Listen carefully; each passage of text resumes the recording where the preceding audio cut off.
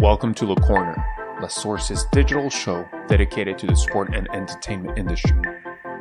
Every 2 weeks, we invite a professional to share their experience, background, and challenges. The sport industry moves fast, and having their insights is the best way to keep up to speed. Welcome to LeCorner.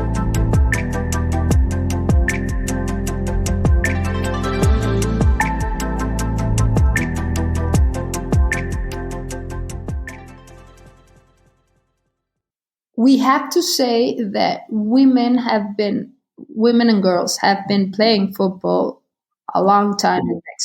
It's not that massive as in the men's side because we all know why, no? That we didn't have the space and the proper competitions where we could held it, and obviously the cultural part, no?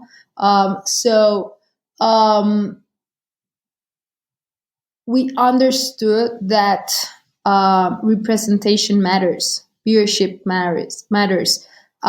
This showcase that you're talking about, it was important because in parallel, we had a very strong national team development pathway. They've been, and curiously, and I would say it's not a funny thing to say, but it's curious that since we launched the league, we've not qualified to a World Cup. We didn't qualify to France, and we didn't qualify to Australia. So in competitions. Exactly. We launched the competition, and we started finding a lot of issues we had of how we had built that pathway because we didn't have a competition, right? So we had very good players here that didn't fit in the amateur level now, no? So we had to do a competition for those players. A professional, Exactly. Okay. In terms of pathway, it was more like the elite transition and more the professional side of things. Now, okay, I understand. We did lack of that pathway for the whole pool of players, right? That became our biggest challenge.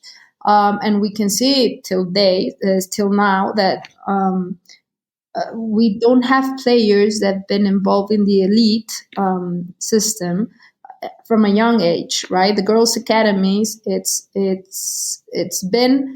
we've launched our youth competition, but that was our biggest challenge. Who were going to be the players? We had the stakeholders, we had the broadcasters, we had the political willing, as you were saying, but how we were going to select those players, who were the ones that play, who draft for their clubs, etc., etc. So I believe.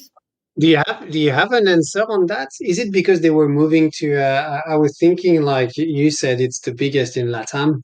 Is it because North America and especially the US, which is a very strong, I would say, female football country, and with like top clubs and all of that, is it because the top players from Mexico were moving to the US or to Canada, or was it something?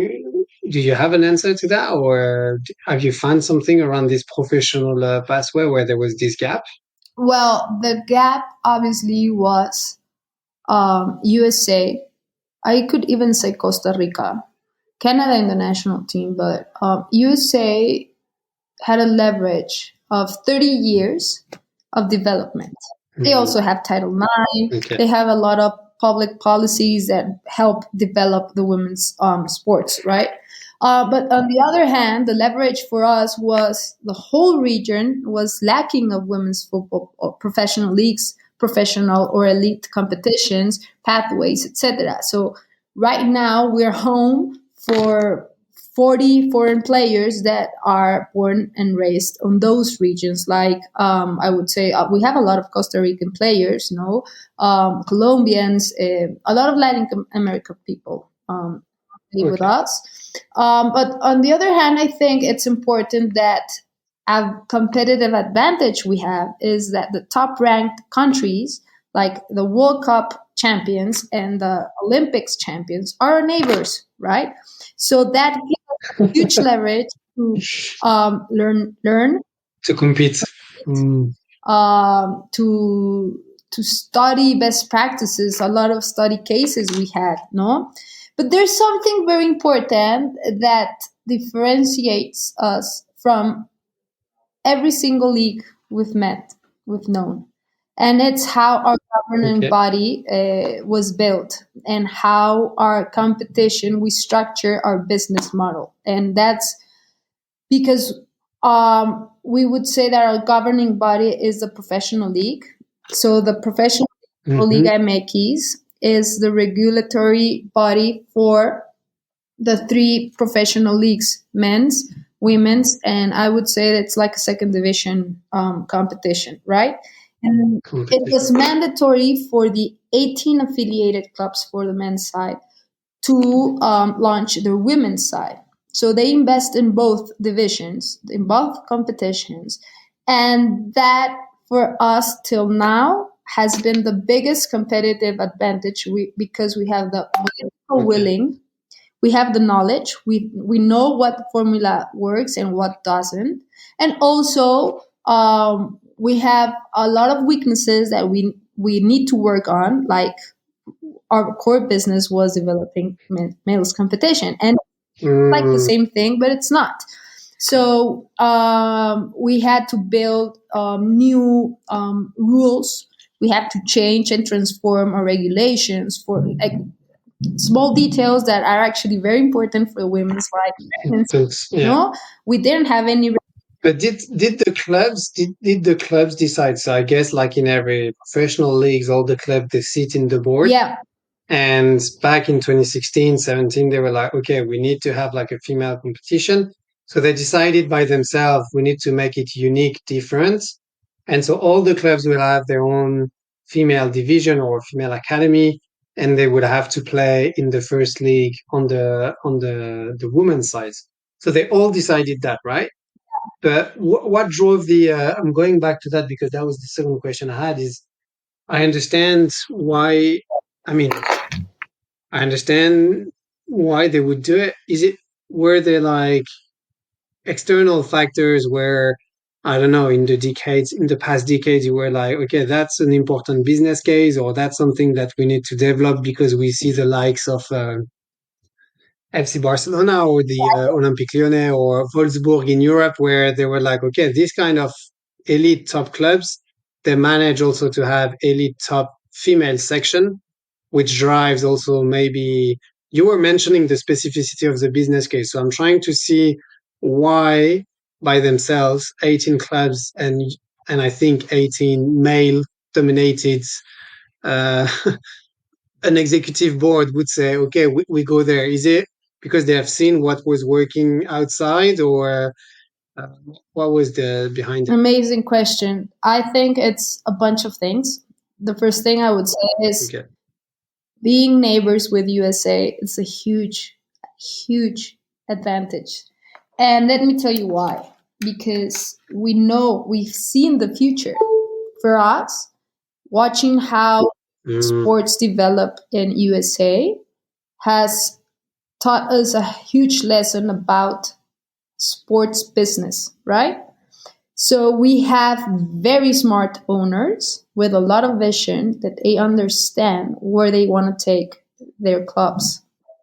And mm, that vision help us with the lobbying to push forward this business model, because as you know, for example, with the men's side, they launched a new competition called the Leagues Cup, and the Leagues Cup is yeah. basically a joint venture with the MLS. And it's because 60 million Mexicans, Hispanic people, are living in the USA that love our league. And that happens the same to Mexico, and has to do with feelings. It's this fan base we have in the region that basically goes back to basics. We love sports, we love football, we love our teams, right? And it doesn't matter You if we're watch. talking about you teams. It doesn't matter if it doesn't have to do with gender, anything. It has to do with love for the game, right? And love for your team.